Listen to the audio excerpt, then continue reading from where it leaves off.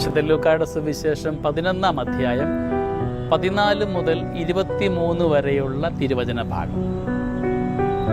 എന്നോട് കൂടെ അല്ലാത്തവൻ എനിക്കെതിരാണ്. നമ്മളുടെ കൂടെ അല്ലാത്തത് പലതും നമുക്കെതിരുമാണെന്നുള്ള വചനഭാഗമാണ് സുവിശേഷം നമ്മളെ ഓർമ്മിപ്പിക്കുക. ഈശോ മിശിഹ രോഗികളെ സൗഖ്യപ്പെടുത്തുമ്പോൾ, പിശാചുക്കളെ അശുദ്ധാത്മാക്കളെ ബഹിഷ്കരിക്കുമ്പോഴൊക്കെ ജനക്കൂട്ടം പറയുന്നു, ഇവൻ ബേൽസബൂലിനെ കൊണ്ടാണ് ഇവയൊക്കെ ചെയ്യുക എന്ന്. നമ്മുടെ ജീവിത മേഖലയിലും ചില നന്മകൾ ഉണ്ടാകുമ്പോൾ നമുക്ക് അവിടെ തിന്മയുടെ പരിവേഷം കൊണ്ടുവരാനായിട്ട് പരിശ്രമിക്കുന്നുണ്ട്. യഥാർത്ഥമായ നന്മ കാണാതെ, അത് വീട്ടിലാവാം, ജോലിയിടങ്ങളിലാവാം, വ്യക്തിബന്ധങ്ങളിലാവാം, കുടുംബജീവിതത്തിലൊക്കെ ആവാം.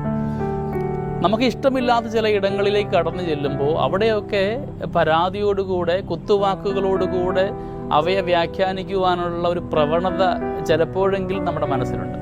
യഥാർത്ഥ കാരണം നമുക്ക് ആ വ്യക്തിയെ ഇഷ്ടമല്ലെന്ന് തന്നെയാണ്.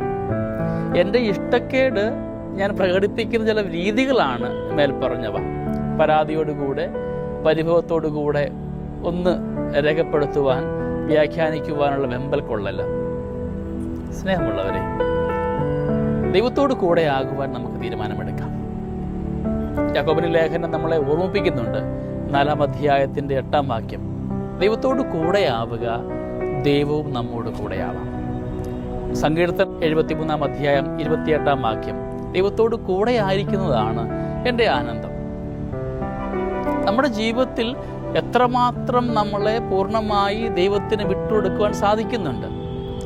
പലപ്പോഴും നമ്മുടെ എല്ലാ ദൈനംദിന കർമ്മങ്ങളും അവസാനിപ്പിച്ച ശേഷം മാത്രമായിരിക്കാം നമുക്ക് ദൈവത്തോട് കൂടെ ആവുക.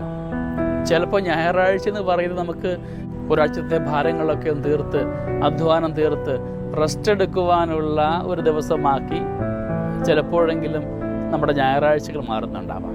അപ്പം നമ്മുടെ ജീവിതത്തിൽ ദൈവത്തിനുള്ള പ്രാധാന്യം എത്രമാത്രമാണ്, ഞാൻ ദൈവത്തോടു കൂടെയാണോ എന്ന് ചിന്തിക്കുവാൻ നമുക്ക് ഈ വചനഭാഗം ഉപയോഗിക്കാം.